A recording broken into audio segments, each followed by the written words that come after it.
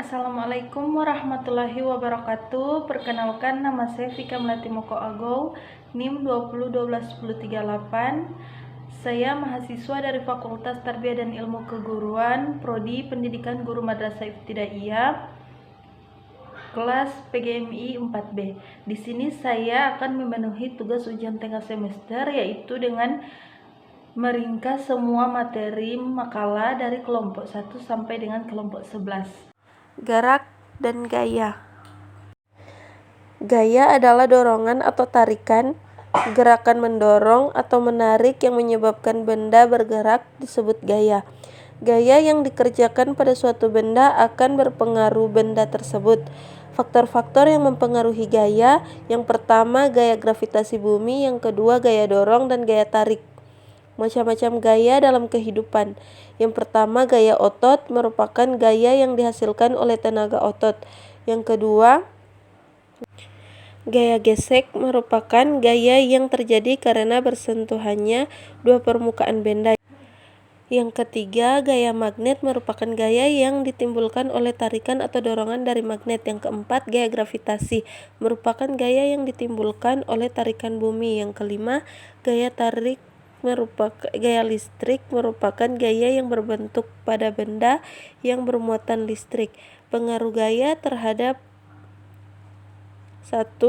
Gaya mempengaruhi benda dalam diam menjadi bergerak. 2. Gaya membuat benda bergerak menjadi diam. 3. Gaya mengubah kecepatan gerak benda. 4. Gaya mengubah arah gerak benda. 5. Gaya mempengaruhi bentuk benda. Materi dan perubahannya.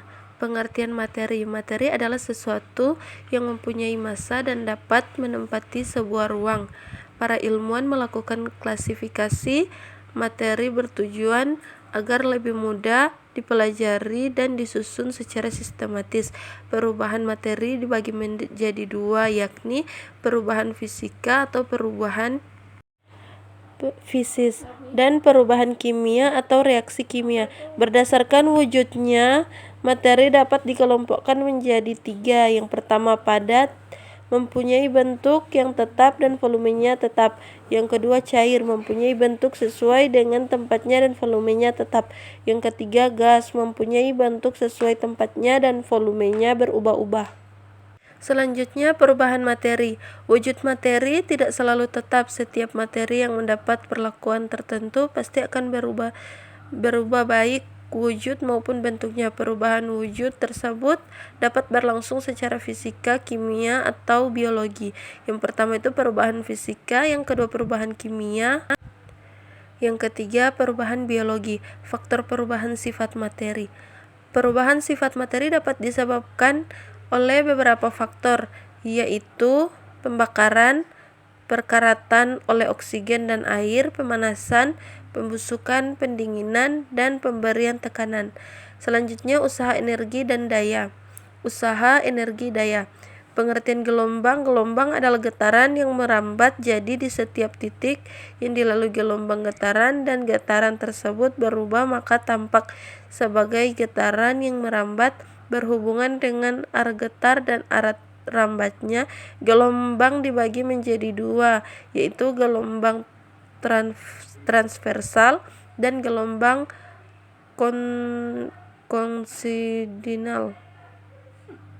Pengertian bunyi. Bunyi atau suara merupakan salah satu fenomena fisik yang selalu kita alami sehari-hari. Contoh bunyi yang sering kita nikmati adalah musik. Musik bisa memberikan inspirasi saat kita sedang belajar atau bekerja atau beraktivitas. Hubungan gelombang bunyi. Gelombang bunyi terdiri dari molekul-molekul udara yang tidak pernah merambat melainkan bergetar maju mundur. Tapi saat molekul-molekul itu berdesakan di berbagai tempat sehingga menghasilkan wilayah tekanan tinggi, tapi di tempat lain mengganggu sehingga menghasilkan wilayah tekanan rendah. Selanjutnya, listrik dan magnet. Apa itu listrik? Listrik adalah aliran elektron-elektron dari atom ke atom pada sebuah penghantar. Adanya listrik juga bisa menimbulkan dan menerima radiasi elektromagnetik seperti gelombang radio. Yang kedua itu listrik statis.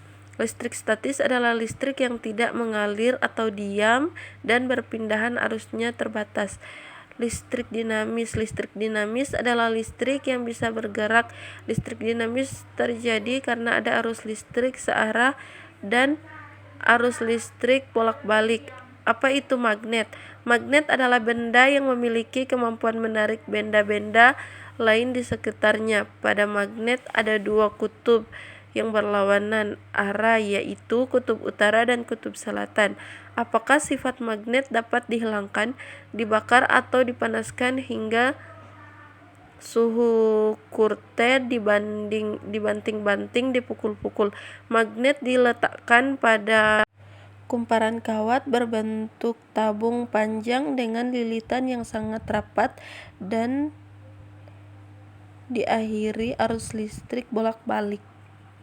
Selanjutnya tata surya. Tata surya adalah kumpulan benda-benda langit yang tersusun dan mengorbit pada bintang besar seperti matahari akibat gaya gravitasi bintang tersebut. Benda langit tersebut beragam, akan tetapi beberapa di antaranya adalah planet. Pengertian planet adalah benda astronomi yang mengorbit bintang atau sisa bintang yang cukup besar untuk mempunyai gravitasi sendiri, tidak terlalu besar untuk menciptakan termomukir dan membersihkan daerah orbitnya yang penuh dengan planet tensional. Ada 8 benda langit yang berada di tata surya, yaitu matahari, planet, komet, asteroid, meteoroid, bintang, bulan, meteor. Selanjutnya, keanekaragaman makhluk hidup. Makhluk hidup adalah suatu organisme yang dapat mempertahankan dirinya dan berbagai perubahan lingkungan dan dapat berkembang untuk melestarikan jenisnya.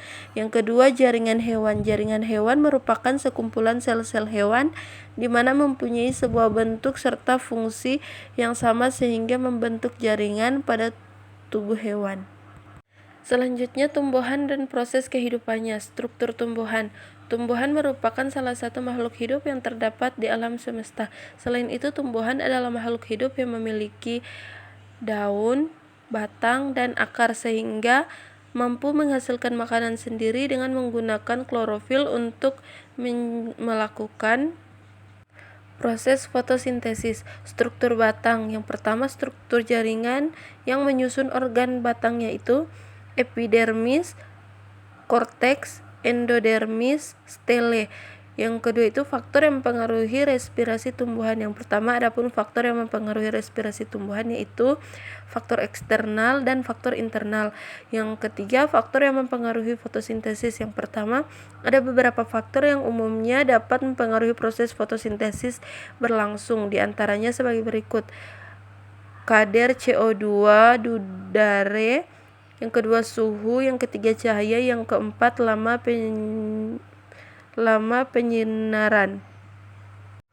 Selanjutnya hewan dan proses kehidupannya. Sistem pencernaan hewan. Struktur alat pencernaan berbeda-beda dalam berbagai jenis hewan, tergantung pada tinggi rendahnya tingkat organisasi sel hewan tersebut serta jenis makanannya. Pada hewan invertebrata, alat pencernaan makanan umumnya masih sederhana, dilakukan secara fagositosis dan secara intrasel, sedangkan pada hewan-hewan vertebrata sudah memiliki alat pencernaan yang sempurna yang dilakukan secara ekstrasel. Sistem inspirasi pada hewan. Yang pertama sistem respirasi pada hewan invertebrata, yang kedua sistem pernafasan pada porifera. Yang kedua sistem respirasi pada hewan vertebrata. Yang pertama respirasi pada Pisces. Contoh metamorfosis sempurna. Yang pertama beberapa contoh hewan yang mengalami metamorfosis sempurna diantaranya adalah kupu-kupu, telur ulat, kepompong atau kupu-kupu.